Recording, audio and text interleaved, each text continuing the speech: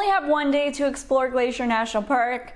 While it can be tough, it can be done. We're going to talk about it. Hey there, I'm Alex from Alex on the Map, and growing up right by Glacier means that I had plenty of time to explore the park, but not everyone does. You might only have a very limited window of a day to see all the highlights. Well, I definitely recommend you take more time if you can. Some of us just can't, right? We only have one day that we can really see the park. And you can still see quite a lot within one day. We're gonna break down morning, afternoon, and evening of what you should do, and also give some additional tips and FAQs to help you make the most of your short period of time within the park. One thing I will mention as well is Glacier National Park does have a reservation system for this year in 2024. And while I recommend you get up super early to avoid the reservation system, it might be a good idea to familiarize yourself with it.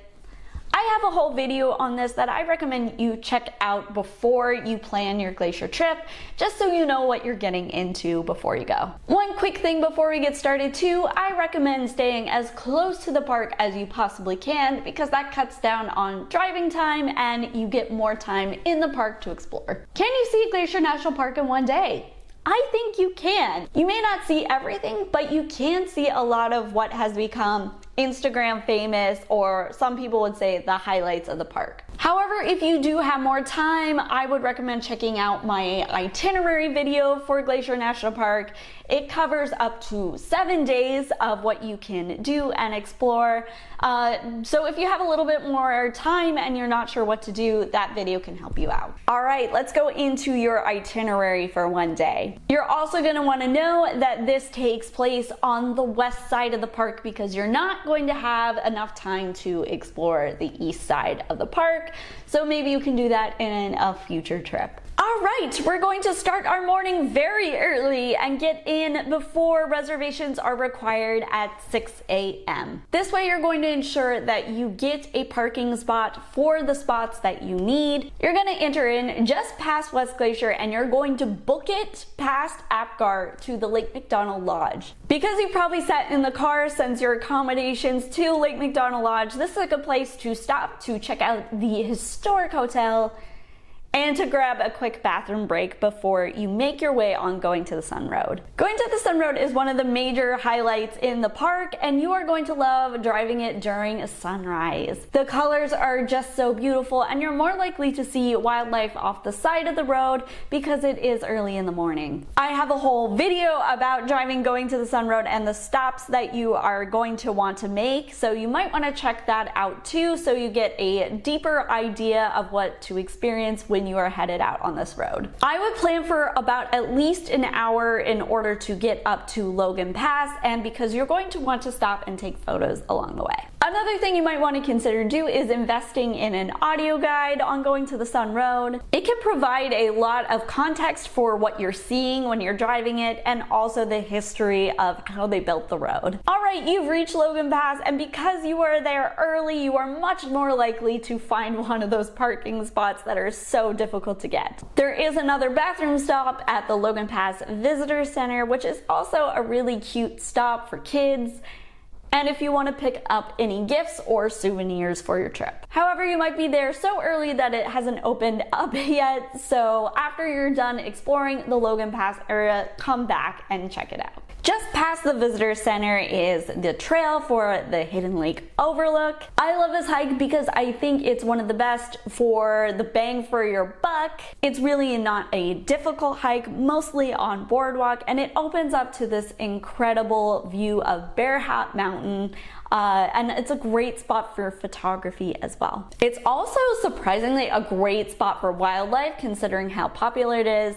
I've seen bighorn sheep and mountain goats, and even a mama grizzly and her cub way out in the distance. The hike is 2.7 miles with 551 feet of elevation gain, so really not bad, and again, another good option for kids. This is also where you can have a late breakfast, early lunch if you would like, and sit and look at the beautiful view and have a snack. Once you've hiked back, you can check out the Logan Pass Visitor Center because it is now open. And if you have the time and inclination, go ahead and head out on the Highline Trail. The great thing about the Highline is you can hike as much or as little as you like. So depending how much more time you want to spend in the Logan Pass area, you can gauge it on that. If you are afraid of heights, you are going to keep in mind that there is a chain section with a sheer drop off, but I find it's absolutely worth it for the views you're going to get. I also have a whole video on the Highline that you might want to check out as well for more information. Once you've finished up the Highline and your time at Logan Pass, you're going to head back down the way you came on going to the Sun Road. Instead of heading back to Lake McDonald Lodge though, you are going to stop at the Avalanche Lake Trailhead. This is also where Trail of the Cedars is, which is a beautiful boardwalk trail for all abilities and skill levels hiking.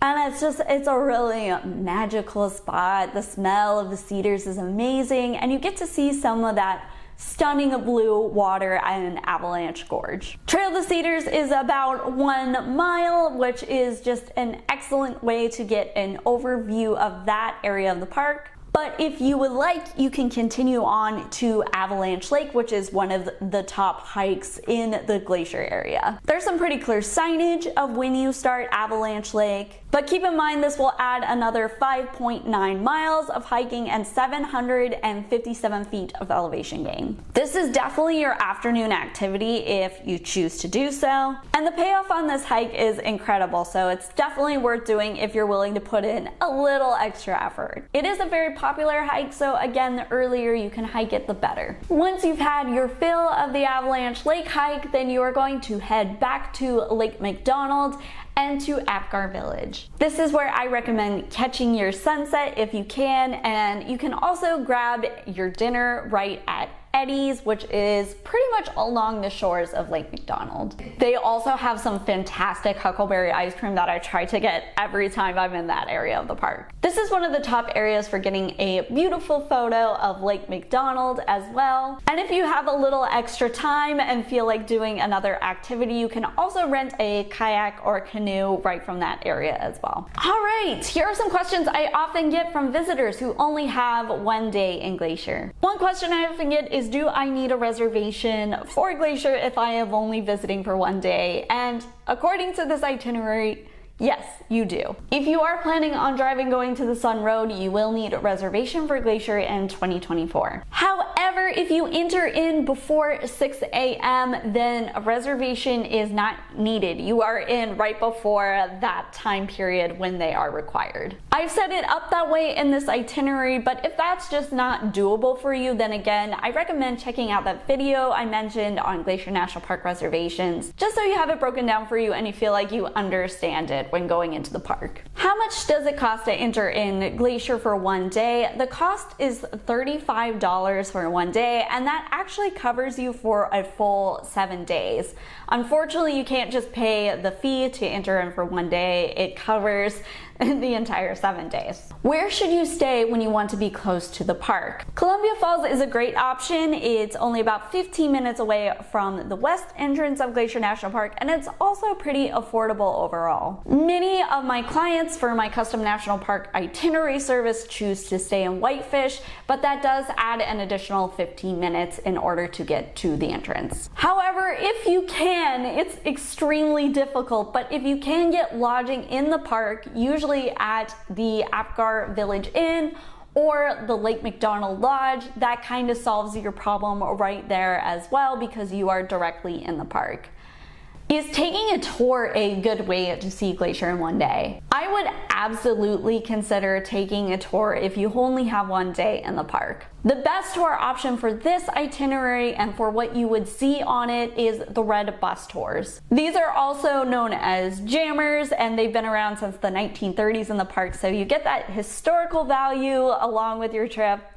Plus, you get to see the majority of the highlights on going to the Sun Road. These tours do book up really fast, so keeping that in mind if you have a few months before your trip so you can plan to be on one of those. Also keep in mind too that these tours serve as your reservation ticket for the day, so you don't need to get up at 6 a.m. in order to enter the park in this case. When is the best time to visit Glacier? And I have a whole video about this you might want to check out too that breaks it down by season and by month. But typically summer and early fall is the best time to visit so you can get up to Logan Pass. Before that, facilities are usually closed, and it's usually the first week in July when Going to the Sun Road fully opens for traffic. I hope this has helped you plan your one day in Glacier, and if you have any questions, feel free to let me know in the comments.